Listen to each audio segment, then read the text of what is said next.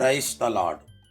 கிறிஸ்துவுக்குள் எனக்கு மிகவும் பிரியமானவர்களே, ஆண்டவருடைய நாமத்தினாலே உங்களுக்கு மிகுந்த சமாதானம் என்று நான் உங்களை வாழ்த்துகிறேன். இணைச்சட்டம் உபாகமம் 33 அதிகாரம் 12 ஆண்டவரின் அன்புக்கு உரியவன், அவரால் அவன் பாதுகாப்புடன் வாழ்வார். எக்காலமும் அவனை அவர் அரவணைத்து காப்பார். அவர் தம் கரங்களுக்கிடையே அவன் வாழ்வார். பிரியமானவர்களே, கிறிஸ்துவின் அன்புக்கு உரியவர்களாய் நாம் வாழ்ந்து பிரியமானவர்களே அவரிடத்திலிருந்து இந்த ஆசீர்வாதங்களை பெற்றுக்கொள்ள வேண்டும். வேதத்தில் தானியேல் ஆண்டவருடைய அன்புக்குரியவன் என்று தேவதூதனாலே அழைக்கப்பட்டான்.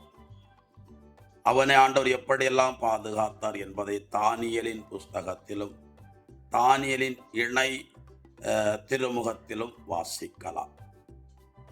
2 முறை தானியேல் சிங்க குகையில் தள்ளப்பட்டார். ஒரு முறை ஒரு ராத்திரி முழுவதும், ஒரு முறை 6 நாட்கள் சிங்க குகையிலும் அவன் காணப்பட்டான். அந்த காலங்களில் சிங்கங்களின் வாய்களை தேவன் கட்டி தானியேலை சேதப்படுத்தாதபடி கர்த்தர் பாதுகாத்தார்.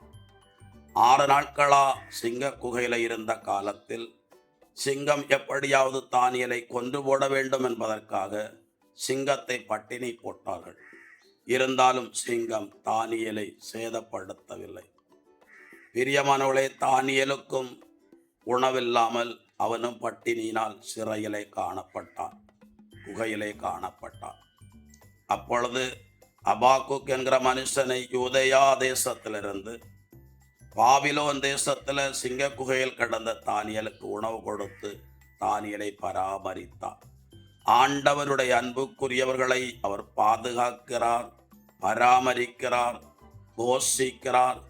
ஏற்ற காலம் வரும்போது அவர் அவர்களை உயர்த்துகிறார். பிரியமானவர்களை 91 சங்கீதம் 15 அவன் என் அன்புக்குரியவனானபடியினாலே அவனை உயர்ந்த அடைக்கலத்திலே வைப்பேன் என்று வாக்கு பண்ணியிருக்கிறார். கர்த்தர் உங்களை ஆசீர்வதிப்பார்.